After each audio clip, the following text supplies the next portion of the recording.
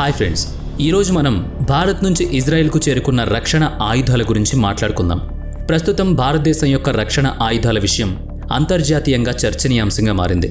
మీరు గత కొన్ని వార్తలను దృష్టిలో ఉంచుకుంటే ఇతర దేశాలకు భారతదేశం యొక్క రక్షణ ఆయుధాల ఎగుమతులు రోజురోజుకు పెరుగుతున్నాయి. భారతదేశం నుంచి ఆయుధాలను కొనుగోలు చేయడానికి ఎన్నో కొత్త దేశాలు వరుసలో ఉన్నాయి. మరోవైపు ఇజ్రాయెల్కు ఈ భారతీయ ఆయుధాలు అవసరమైనప్పుడు భారతదేశం ఆ దేశానికి ఈ రక్షణ ఆయుధాలను ఎంత సులభంగా సరఫరా చేసిందో తెలిస్తే మీరు ఆశ్చర్యపోతారు. ఏప్రిల్ 8న భారతదేశం మరొక సముద్ర మార్గం ద్వారా ఇజ్రాయెల్కు ఆయుధాలతో కూడిన ఓడను పంపింది. ఈ ఓడ మే 25 నాటికి ఇజ్రాయెల్కు చేరుకుంది. నిజానికి భారతదేశం రక్షణ ఎగుమతి పరిశ్రమలో కొత్త గుర్తింపును పొందింది. భారతదేశం మరియు రష్యా మధ్య స్నేహం తర్వాత ప్రపంచ దేశాల్లో ఇజ్రాయెల్ మరియు భారతదేశం మధ్య స్నేహం గురించి చర్చ జరుగుతోంది.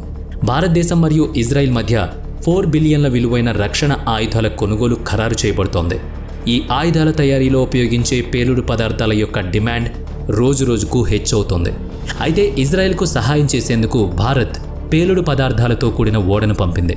పేలుడు పదార్థాలతో కూడిన ఓడ మే 25 నాటికి ఇజ్రాయెల్కు చేరుకుంటుంది. అయితే అంతిమంగా భారత్ మరియు ఇజ్రాయెల్లు భయపడుతున్నదే జరిగింది.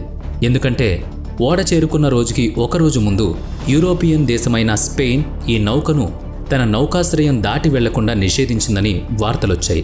వాయువ్య దిశలో భూమి మరియు సముద్ర మార్గంలో సౌదీ అరేబియా పక్కనే మన భారతదేశం ఉంది.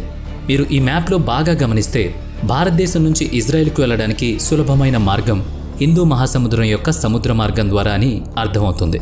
కానీ ఈ మార్గంలో సమస్య ఏంటంటే అది యెమెన్ గుండా వెళుతుంది మరియు ఈ సమయంలో తిరుగుబాటుదారులు ఇజ్రాయెల్కు వెళ్లే అన్ని నౌకలపై దాడి చేస్తున్నారు. అయితే ఈ రాత్రికి సరుకులతో కూడిన ఈ ఓడ ఇజ్రాయెల్కు చేరుకోలేదని భారతదేశానికి ముందే తెలుసు. అందువల్ల హిందూ మహాసముద్రం, దక్షిణ అట్లాంటిక్ మహాసముద్రం మరియు ఉత్తర అట్లాంటిక్ మహాసముద్రం గుండా వెళుతుంది. ఈ విధంగా పేలుడు పదార్థాన్ని ఓడలో నింపి భారత్ ఇజ్రాయెల్కు పంపింది. నివేదిక ప్రకారం ఈ నౌకలో ఇజ్రాయెల్లో ఆయుధాల తయారీలో ఉపయోగించాల్సిన 27 టన్నుల పేలుడు పదార్థం ఉండడం చిన్న విషయమేం కాదు.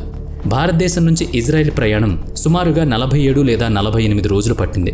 కాబట్టి అటువంటి పరిస్థితిలో ఓడ మరమ్మతులు మరియు నిర్వహణ లేకుండా నేరుగా ఇజ్రాయెల్ చేరుకోవడం సాధ్యం కాదు. అందుకే భారతీయ డ్రైవర్లు ఓడను స్పానిష్ ఓడరేవులో మార్గం మధ్యలో డాక్ చేయాలనుకున్నారు. తద్వారా ఓడకు ఇంధనం నింపడం మరియు నిర్వహణ అక్కడ చేయొచ్చు. అయితే స్పానిష్ రక్షణ మంత్రిత్వ శాఖ విచారణ జరిపింది. ఈ నౌకలో పేలుడు పదార్థాలతో పాటు ఇజ్రాయెల్కు పంపాల్సిన రక్షణ ఆయుధాలు ఇందులో ఉన్నాయని స్పెయిన్ విదేశాంగ శాఖ తెలుసుకుంది. నివేదికలను విశ్వసిస్తే ఈ నౌకను అక్కడ ఆపడానికి స్పెయిన్ నిరాకరించింది. ఈ నౌకను కార్ట్గానా పోర్టు గుండా వెళ్లకూడదని స్పెయిన్ స్పష్టంగా పేర్కొంది. కానీ భారతదేశానికి ఇది తప్ప వేరే మార్గం లేదు. ఎందుకంటే భారతదేశం ఇప్పటికే ఎర్ర సముద్రానికి బదులుగా ఆఫ్రికాకు ఈ సుదీర్ఘ మార్గాన్ని ఎంచుకుంది. మరి ఇన్ని దేశాలు ఈ ఆయుధాల పంపిణీకి వ్యతిరేకంగా ఉన్న ఇటువంటి సమయంలో భారతదేశం ఇజ్రాయెల్కు ఎందుకు పేలుడు పదార్థాలను పంపుతోంది అన్న సందేహం మీకు కలిగే ఉండొచ్చు. ఎందుకంటే ఇజ్రాయెల్ క్లిష్ట పరిస్థితుల్లో భారతదేశానికి ఎంతగానో సహాయం చేసిందని చెప్పుకోవచ్చు. కార్గిల్ యుద్ధ సమయంలో ఇజ్రాయెల్ భారతదేశానికి చాలా సాయం చేసిందని అన్ని దేశాలకు తెలుసు. ఆ సమయంలో మన దగ్గర ఖచ్చితత్వంతో దాడి చేయగల ప్రత్యేక బాంబులు లేదా ఆయుధాలు లేనేలేవు. అప్పుడు ఇజ్రాయెల్ మనకు వాటిని అందించింది. లేజర్ గ్రనైడెడ్ బాంబులను ఉపయోగించి భారత వైమానిక దళం ఈ బాంబుల సహాయంతో పాకిస్తాన్ సైనికుల స్థావరాలపై భీకర దాడి చేసింది, వాటిని ధ్వంసం చేసింది.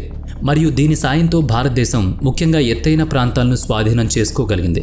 ఆ సమయంలో ఇజ్రాయెల్ లేజర్ గైడెడ్ బాంబులు ఇచ్చి భారతదేశానికి సహాయం చేయకపోతే బహుశా ఆ రోజు విజయం భారతదేశానికి అసాధ్యమేమో. అందుకే ఆ రోజు నుంచి భారతదేశం మరియు ఇజ్రాయెల్ మధ్య సంబంధాలు ఈ రోజు వరకు ఈ విధంగా బలపడ్డాయి. కార్గిల్ యుద్ధ సమయంలో ఇజ్రాయెల్ బహిరంగంగా సహాయం చేసి గైడెడ్ బాంబులను అందించిన విధంగానే దాని సంక్షోభ సమయంలో ఇజ్రాయెల్కు భారత్ సహాయం చేస్తోంది. అందుకే ఇజ్రాయెల్కు పేలుడు పదార్థాలను అందించడం ద్వారా అంతర్జాతీయ నియమాన్ని ఉల్లంఘించడమే కాకుండా భారతదేశంలోని అనేక ఇజ్రాయెల్ ప్రభుత్వ కంపెనీలు పేలుడు పదార్థాల నుంచి కిల్లర్ డ్రోన్ల వరకు ప్రతిదీ తయారు చేస్తున్నారు. వాటిని అంతే వేగంగా సరఫరా కూడా చేస్తున్నారు. ఈ వీడియో మీకు నచ్చితే లైక్ చేయండి, షేర్ చేయండి. ఇలాంటి మరిన్ని వీడియోస్ కోసం మన ఛానల్ని సబ్స్క్రైబ్ చేసి పక్కనే ఉన్న బెల్ ఐకాన్పై క్లిక్ చేయండి. నెక్స్ట్ వీడియోలో మళ్ళీ కలుద్దాం. Thanks for watching.